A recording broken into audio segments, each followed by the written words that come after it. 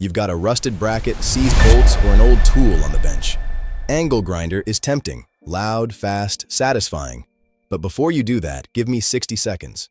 There's a method that costs about $1, takes almost zero elbow grease, and the chemistry behind it actually works. By the end of this, you'll know exactly why it works, exactly how to do it right, and the one critical step almost everyone skips that makes the whole thing fail. Let's go. First, what rust really is. Rust isn't dirt you can wipe away. It's iron oxide, a new chemical that bonds to the steel at a molecular level. That's why grinding works. You're physically tearing the oxide off layer by layer. Effective, but slow, messy, and you lose good metal with the bad. There's a smarter option. Plain white distilled vinegar, cheap, simple, and backed by chemistry. Vinegar is about 5% acetic acid. When acetic acid meets iron oxide, it reacts to form iron acetate, a water-soluble compound. In short, the rust dissolves into a soft brown sludge you can wipe off. This reaction is real and used in metal prep and restoration. The sweet spot is concentration. Grocery vinegar is strong enough to dissolve rust, but mild enough not to aggressively eat the base steel. Here's the exact process that works every time. Step 1. Get plain white distilled vinegar, not flavored vinegars, not concentrated cleaners. 5% acidity is what you want. Step 2. If the part comes off, bolts, brackets, hand tools, submerge it completely in a plastic container. Don't use metal containers, they'll react.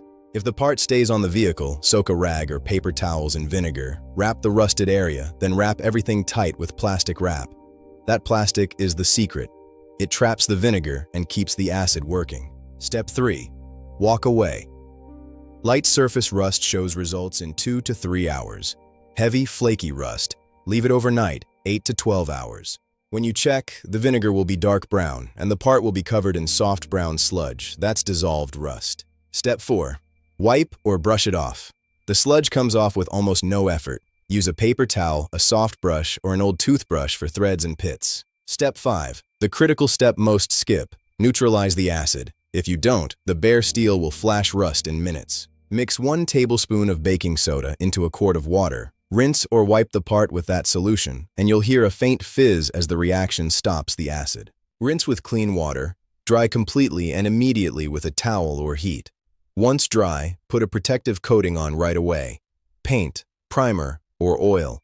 Bare steel will start corroding fast if left exposed. A couple of quick safety and limits. Vinegar fumes can irritate eyes and throat. Work ventilated and wear gloves. Don't use vinegar on aluminum, chrome, or galvanized surfaces. It can damage them. For severe structural rust, vinegar only removes surface rust. Why this method works so well for most jobs? It's selective, cheap, low mess, and preserves metal. You're letting chemistry do the heavy lifting instead of grinding away material and creating dust. For bolts, brackets, hinges, hand tools, and small to medium steel components, this is often the fastest, cleanest route. One last pro tip. After neutralizing and drying, consider a light coat of oil on threads or a rust-inhibiting primer and paint on brackets. That step turns a clean part into one that stays clean.